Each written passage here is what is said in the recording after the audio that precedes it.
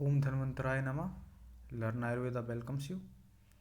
तो दोस्तों, आज मैं आपसे चरक संहिता का पेपर डिस्कस करने वाला हूँ, जो कि है थर्ड ईयर बीएमएस का एमपीएमएस यूनिवर्सिटी।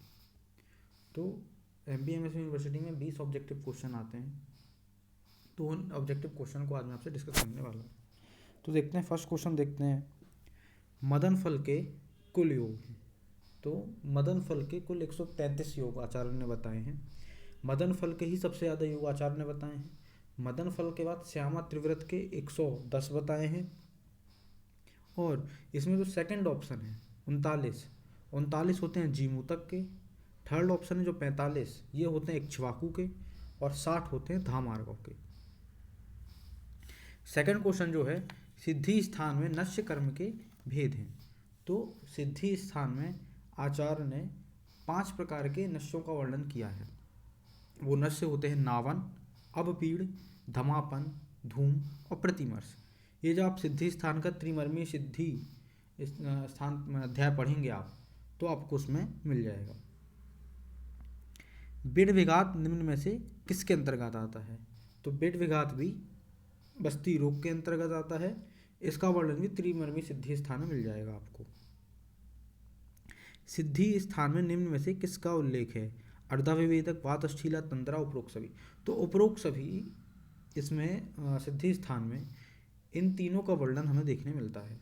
प्रदर के प्रकार है, तो प्रदर के 4 प्रकार होते हैं। मूत्र दोषों की संख्या है, तो मूत्र दोषों की संख्या 13 होती है। ये भी आपको त्रिमर्मी वाले अध्याय में मिल जाएगा सिद्धि स्थान के। बात कुंडलिका का उल्लेख किसके अंतर्गत आता है? तो बस्ती रोग के अंतर्गत आता है। इसका वर्णन भी त्रिमर्मी सिद्धि स्थान में मिल जाएगा। पांडु रोगी तु यो अत्य अर्थ पित्तलानी निशीवते किसका निदान है? तो ये कामला का निदान है। श्वास के प्रकार होते हैं 5। छर्दी के भेद हैं वातज, पित्तज, दुस्तार, संयोग सभी। तो सभी छर्दी के भेद हैं। और आपको याद रखना है, छर्दी के भी 5 भेद होते हैं। ज्वर में यावागु का प्रयोग करना चाहिए। तो पहला ऑप्शन है 5 दिन, 6 दिन, 8 दिन, कोई नहीं। तो ज्वर में अपन को यावागु का प्रयोग 6 दिन तक करना चाहिए। दोष अनुसार रक्त पित्त के प्रकार हैं, तो 4 प्रकार होते हैं। प्रमेय में दूष्य नहीं है अस्थि। सिद्धार्थक स्नान में से किसकी चिकित्सा है? तो सिद्धार्थक स्थान कुष्ठ की चिकित्सा होती है। सर्व धातु क्षयातस्य बलम ही तस्य बिड बलम किसके संबंध में है? तो ये राजक्षमा के संदर्भ में है। उन्माद एवं अपस्मार के भेद क्रमशः हैं 5 और 4। उन्माद के 5, अपस्मार के 4। ये क्वेश्चन थोड़ा क्लियर नहीं है, मैं बता देता हूँ लेकिन फिर भी। एगोपवीत प्रतिभा प्रभुता पित्त नीलाभ्यम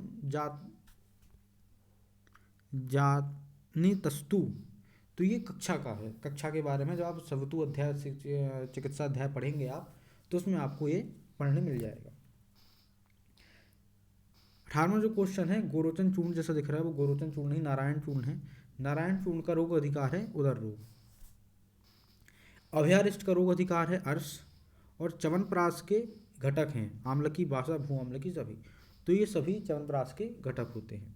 अब अपन नेक्स्ट पेपर देखते हैं 2020 का। 2020 में बनवर्ड लाए थे, तो देखते हैं पहले।